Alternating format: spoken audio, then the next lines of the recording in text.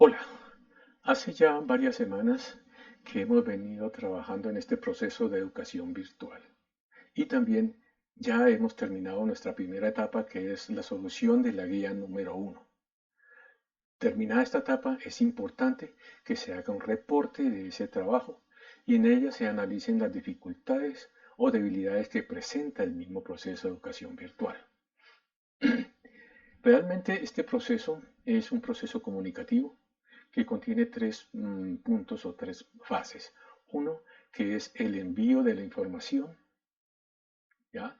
Ya sea a través de talleres o guías. Y dos, la solución o la resolución de esas guías o talleres. Y tres, la devolución de esos trabajos para que, una vez recepcionados, se puedan revisar, mirar cuáles son las debilidades, hacer las aclaraciones y volver a continuar con el proceso.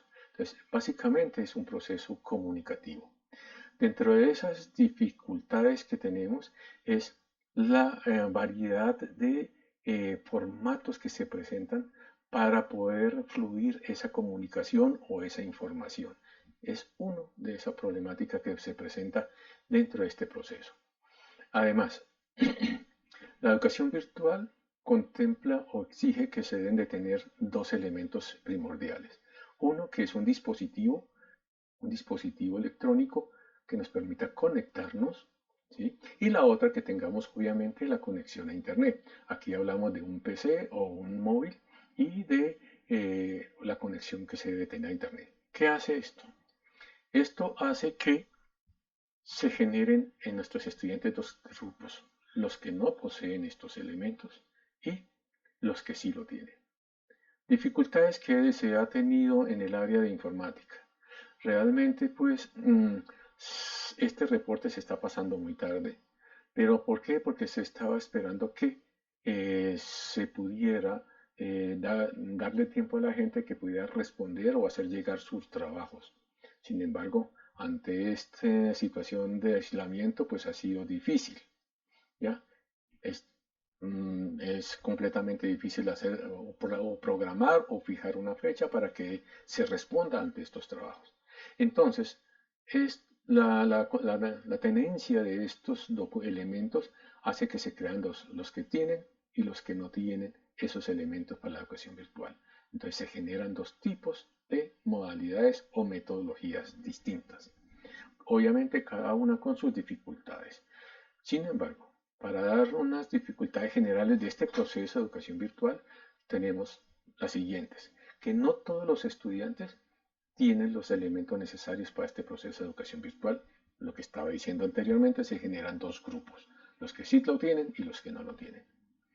Para el docente es difícil supervisar el trabajo de los estudiantes ante la variedad de documentos que él recepciona de acuerdo a los formatos, que pueden ser en fotografías, que puede ser en el cuaderno, que puede ser en hojas, que puede ser en PDF, que si lo hace en Word, etc. Y esto dificulta el proceso porque amplía el tiempo para poder revisar y estar pasando de una plataforma a otra para llevar a cabo el trabajo de revisión y calificación de esos trabajos. 3.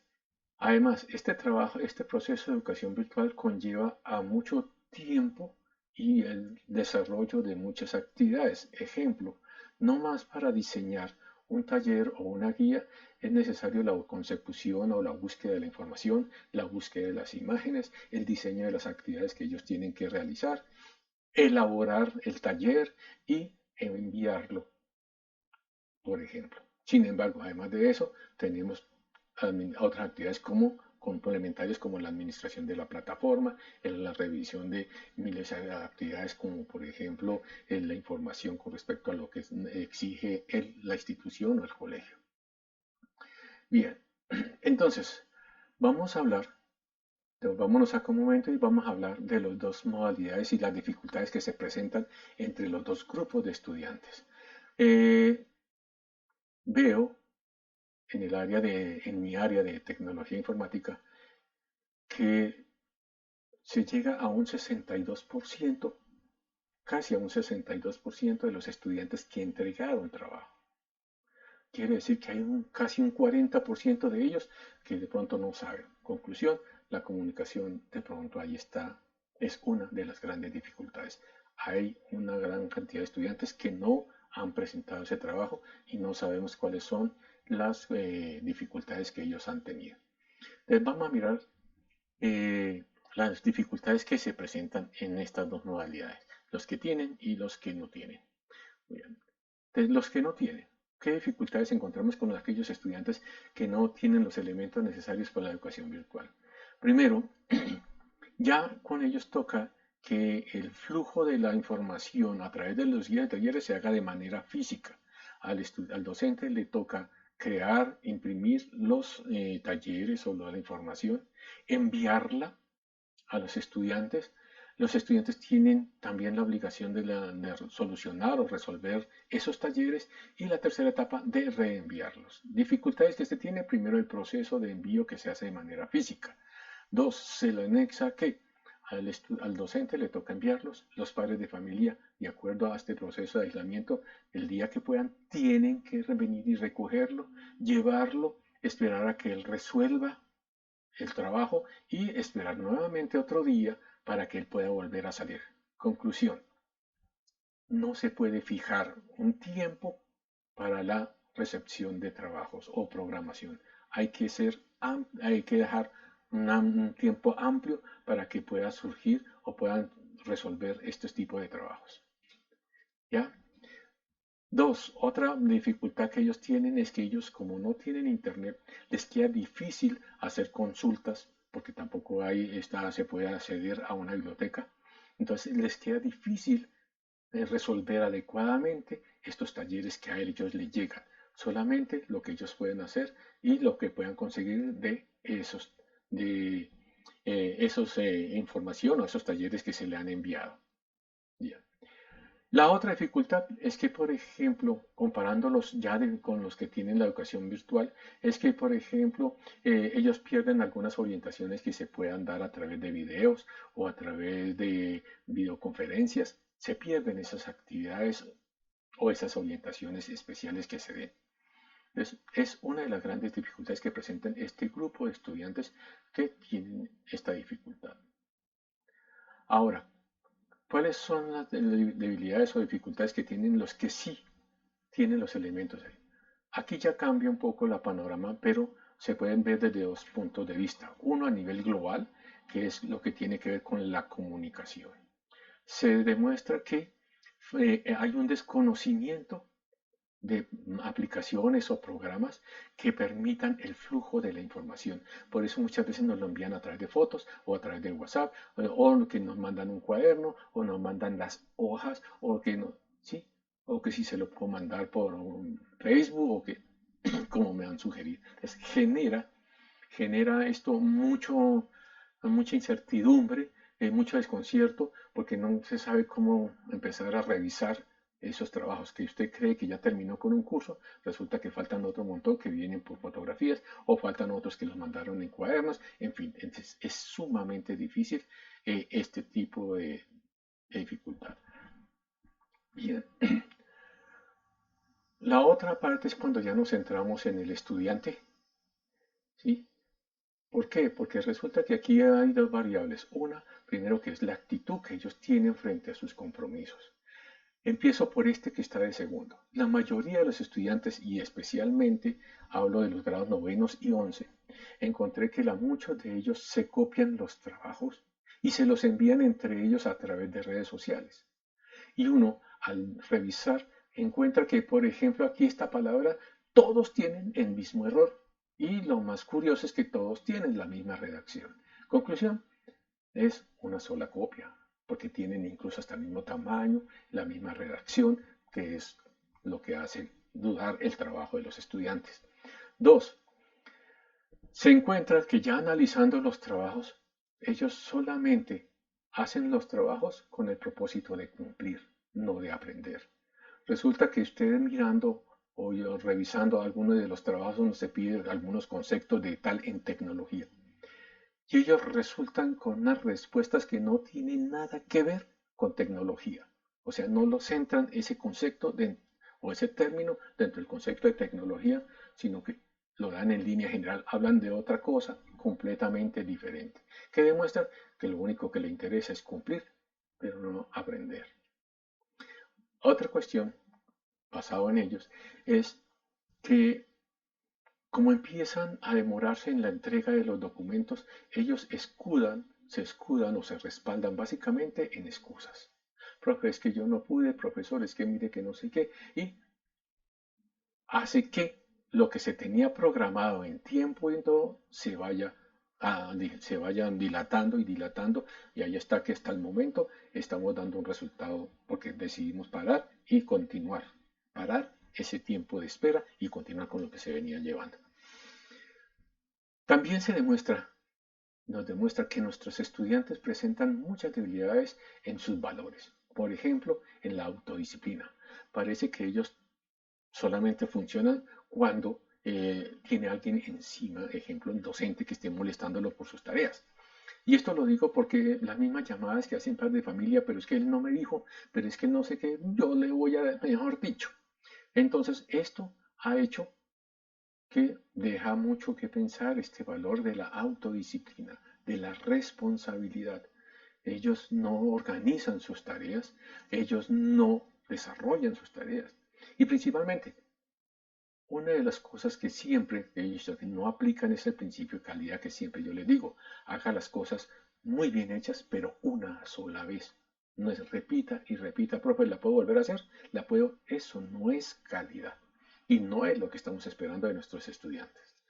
Bien, conclusión de esto, entonces podemos decir que de las dificultades hay un proceso, una dificultad de la fase comunicativa porque no hay una unificación. Entonces se presentan varias modalidades, dos, las que es de forma física y la que es en forma virtual. Entonces, que hay muchas debilidades en nuestros estudiantes por la misma actitud que ellos presentan. Que para solucionar los talleres o los trabajos también tienen dificultades muchos de los estudiantes por la misma debilidad para poder acceder a nueva información que sí lo tienen nosotros.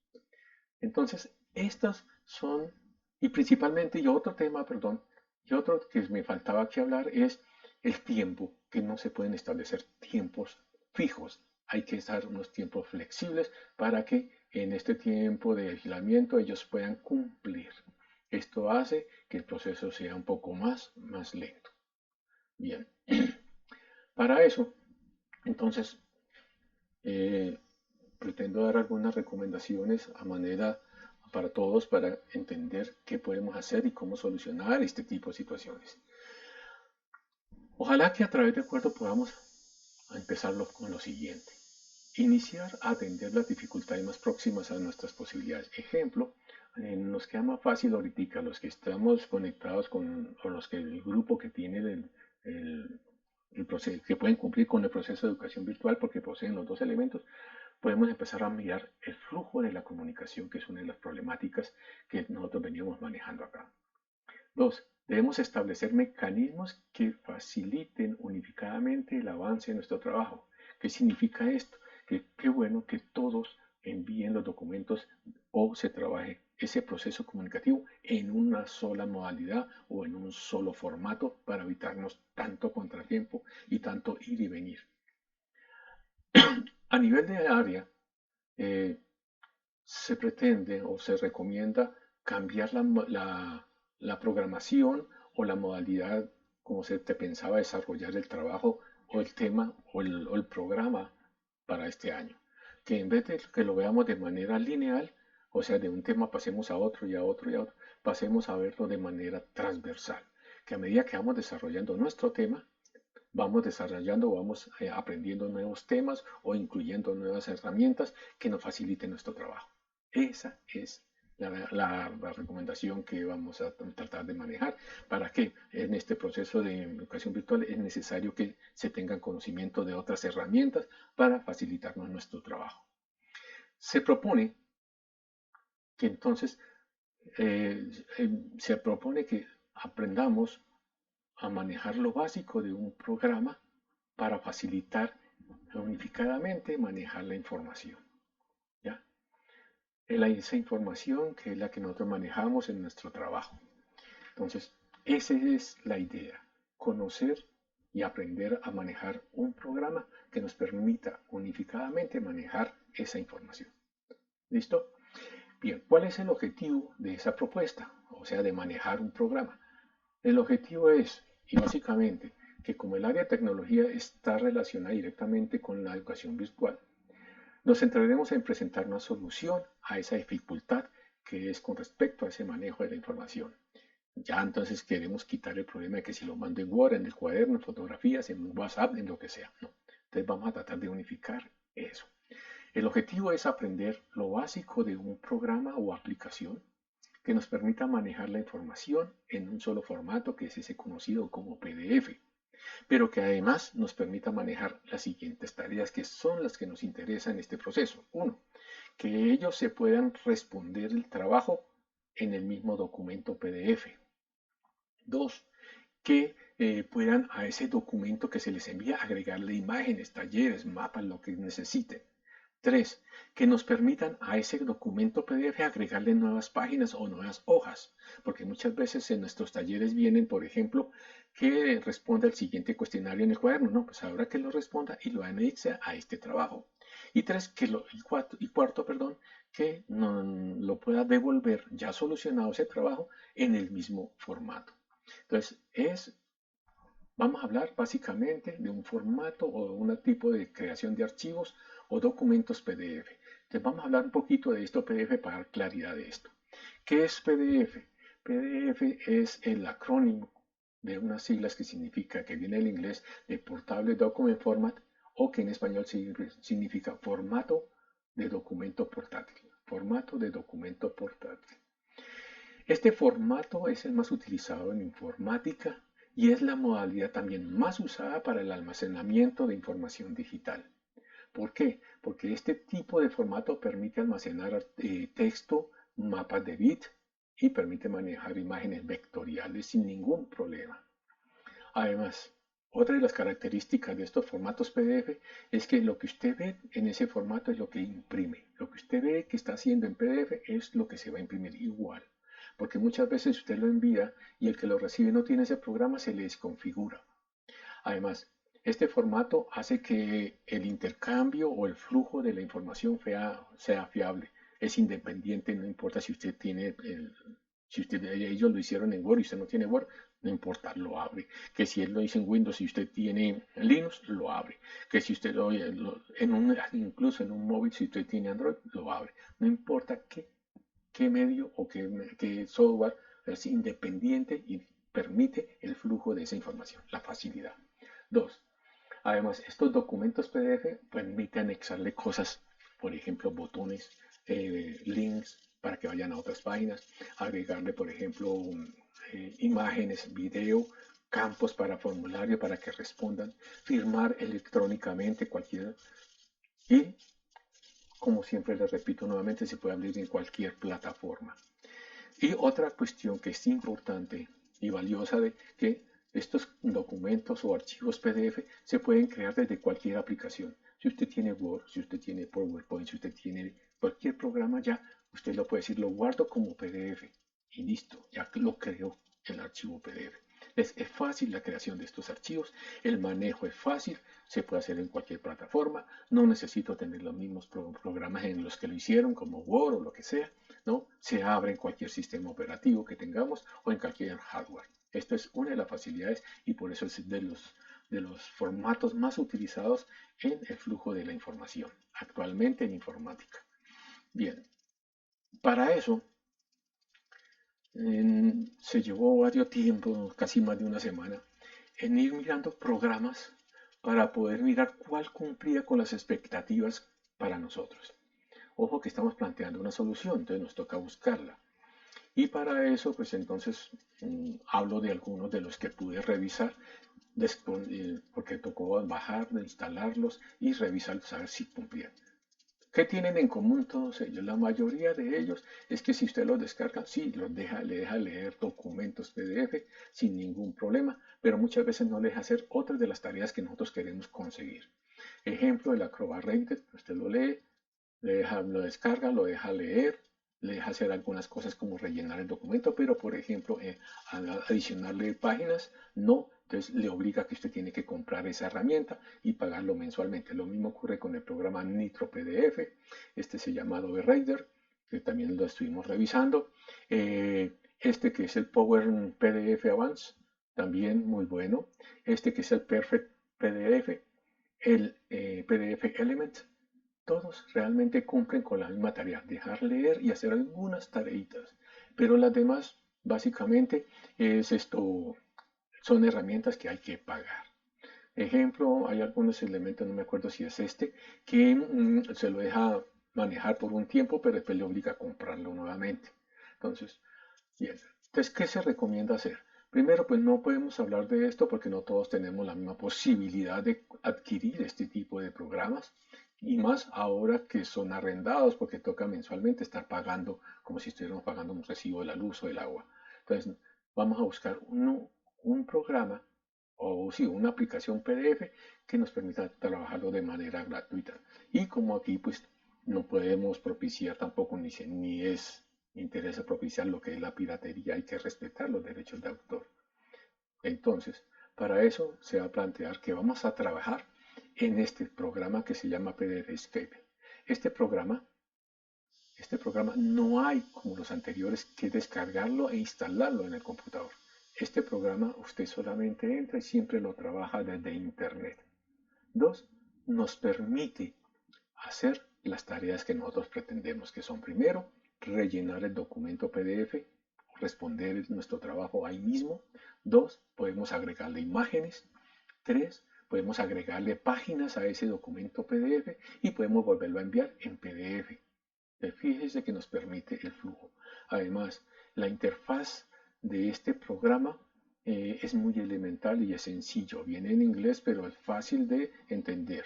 Incluso usted lo pueden de pronto encontrar o descargar de manera o pasarlo a manera en el idioma español. Pero si usted pretende mirar acá de estos, ¿cuál es el mejor? Pues este es el que viene con todos los dispositivos casi siempre, aunque fue el que creó los archivos PDF, él lo creó en el 2008, ¿sí?